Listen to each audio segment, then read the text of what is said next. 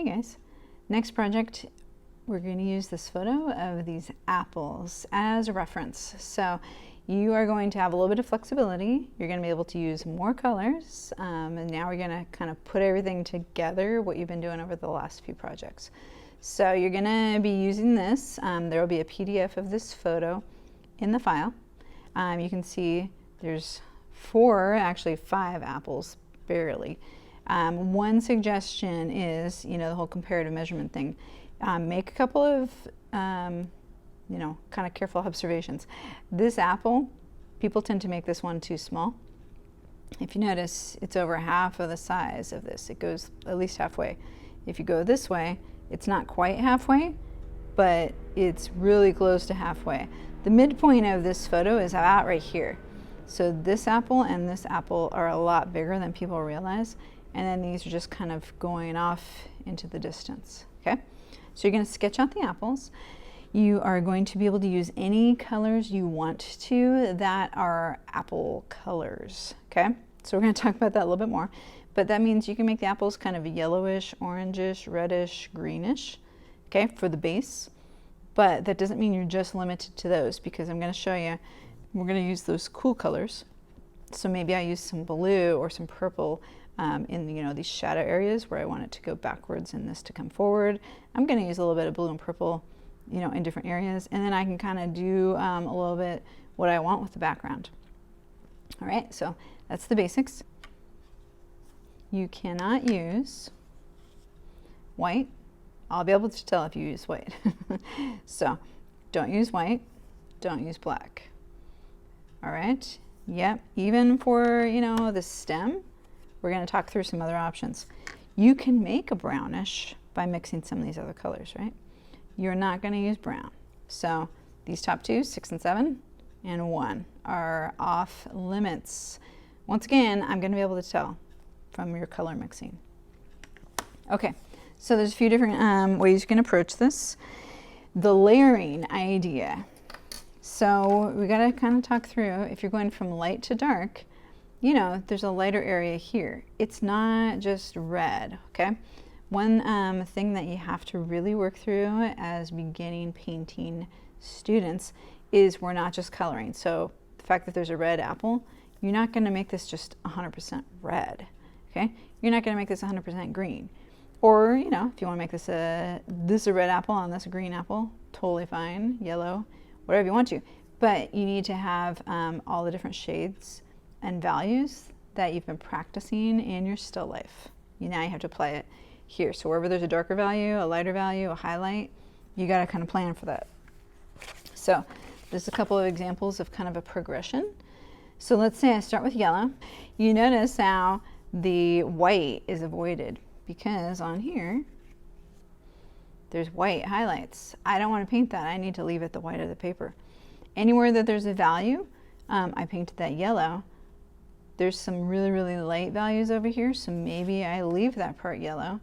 But is this enough of a range of values, just being yellow? No. So maybe the second step would be then, see how there's red layered over it. There's still yellow. There's still that highlight yellow area, okay? There's some barely red over that, so it's kind of an orangey kind of color where these are mixing. And then it's getting darker. Okay, if I was going to continue this one, I would probably add in purple or blue in these areas where I need some darker shadows, a little bit in here. So this last example, this isn't the yellow, this is a different approach. So let's say I did green first. You can see right here, the green I used as my lighter value because it's a really, really light green. I did green before red, okay? Because red is, in this instance, red is a darker color. So I did the green first, similar to this, but just all in green. And then I added in the red, you can see for a variety.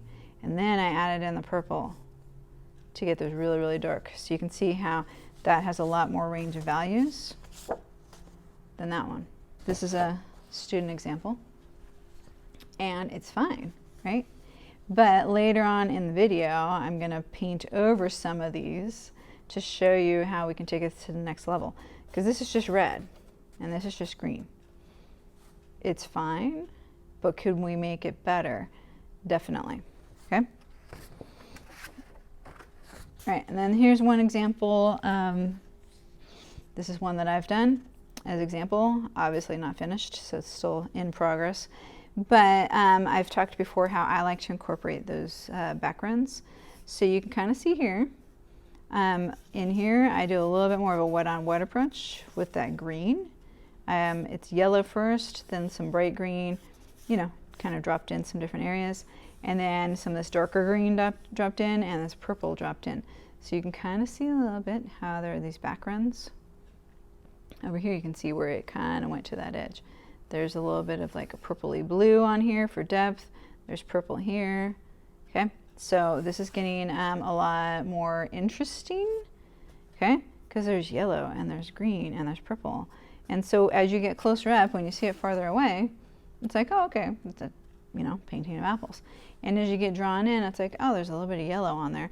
Oh, there's a little bit of pink right here, and a little orange and red, and then like, huh, there's purple on the edge of that. So your goal is to take something that's very kind of boring, just a bunch of apples, and now you're interpreting reality into a painting. So now you get to interpret color and drop that in there. Okay, so those are a couple of different approaches. So let's say I'm starting the project with you. So I have this first one. You know, you might not be able to tell what's coming next. Is this going to become a green apple? Is this going to become a red apple? You can't tell. But right now, what we have is we have yellow. That's gone over first, okay? And then I mixed my red and my yellow. I mixed my 4 and my 2. I made my own orange instead of the orange that's on the palette, okay? And I started dropping this in.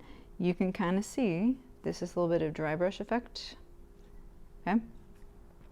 So I'm dragging it out because that's the texture and the kind of shape of the apple. I kind of dragged that out with the orange.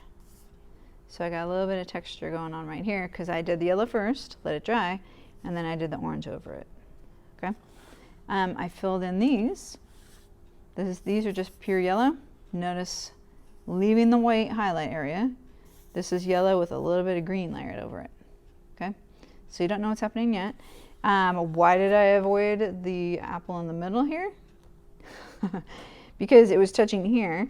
I wanted to let this dry, and it was touching here, and I wanted to let this dry. These three were kind of all the similar color, so I was able to just lay down a first layer of color. And those are not my focal point, so those are going to kind of just mush to the background. But this one, I did not want this to bleed, and I did not want this to bleed. Okay? Could I have? Sure. But for this particular one, I wanted to have like a defined edge when I come in with my other color, which we'll see in a moment.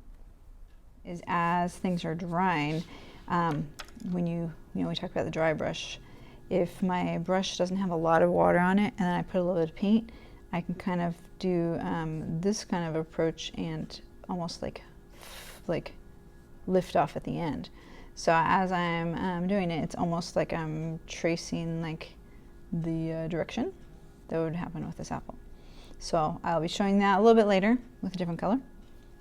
So you can kind of just see, I started with yellow, did that with orange. At this point, I could go any direction with this apple if I wanted to.